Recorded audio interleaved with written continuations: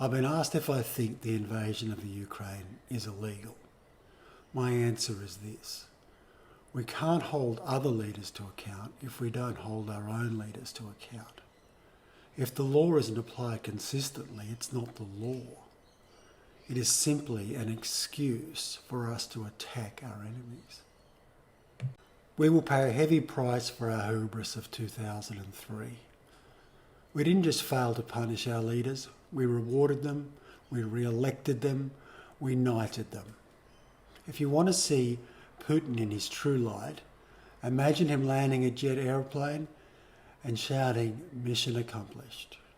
The justifications for the invasions of both Ukraine and Iraq are very similar. They were hurting their own people, they had bad stuff. We warned them that unless they changed their ways, we would have to do something. We had to step in to defend ourselves. The Russians didn't try to blackmail the UN Security Council. For those who think Ukraine matters more because it's Europe, Tripoli is closer to London than Mariupol or Kharkiv. Just ask the RAF who bombed it. If you doubt there's a huge propaganda war going on at the moment, consider this. Drone whistleblower Daniel Hale said the US program kills thousands of innocent civilians, deliberately or recklessly, and he said as much as 90% of the people that we kill with our drones are innocent civilians who are effectively murdered. Now, that hardly merited a ripple in the mainstream media, and now he's in prison as a result. Meanwhile, if a single civilian gets killed in the Ukraine, there's an outroar. How does that figure?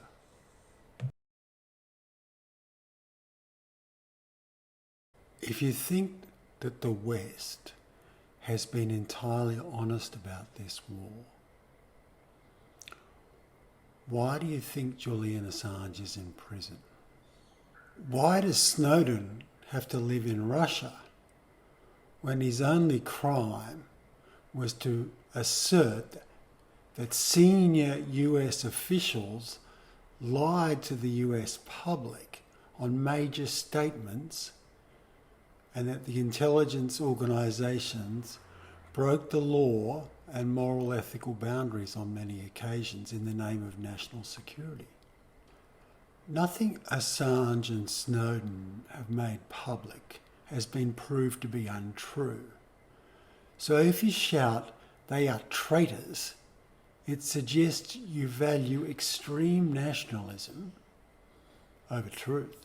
There is one other possibility, and that is despite all the cover-ups of the past, all the lies, all the millions we spend on PR and information operations, Snowden's revelations, Assange's revelations, the WMD lies, despite all that, now we're telling the truth in everything, and everything the West says about the war in Ukraine is true, and all contrary opinion is false. That's possible.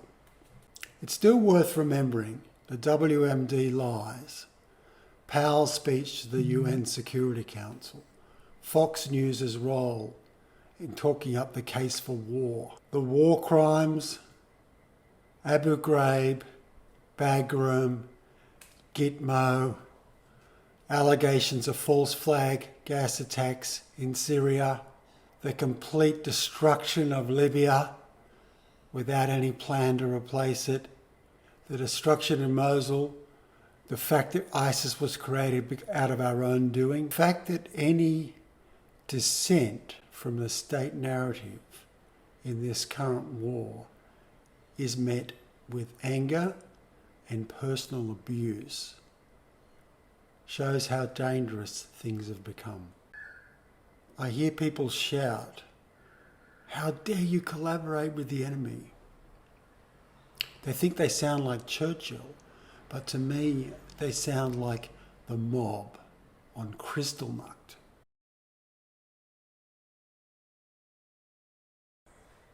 Remember how the Russians kidnapped innocent people off the street, flew them to countries without laws, tortured them to death, and then said they'd done nothing wrong. Remember how the Russians, in order to get around their prohibition on torture, simply got their in-house lawyers for the FSB to change what the definition of torture was. Or sometimes they simply said, Russians don't torture, so if we did it, it can't be torture. Remember when the Russians did absolutely nothing, when the Saudi Arabians kidnapped and murdered a journalist, even though such actions went against every single thing that they espoused so loudly around the world? Russians used GCHQ to gather dirt on UN Security Council members so they could be blackmailed to vote for war, which the Russians wanted for revenge and profit. Remember how one Russian president launched a small war in the Middle East as a result of not having sexual relations with an intern and an urgent need to change the narrative. Remember how the Russian war czar, General David Petraeusky, was unmasked as a serial philanderer, even though he was also head of the FSB and every other war you could imagine. But he had a good excuse. He did it because he didn't want to hurt his wife. Remember how the Russians installed the Shah of Iran, Saddam Hussein, Hosni Mubarak, and many other dictators who replaced democratic governments who wouldn't be subservient to the Russians. Those Russians, they do love a war.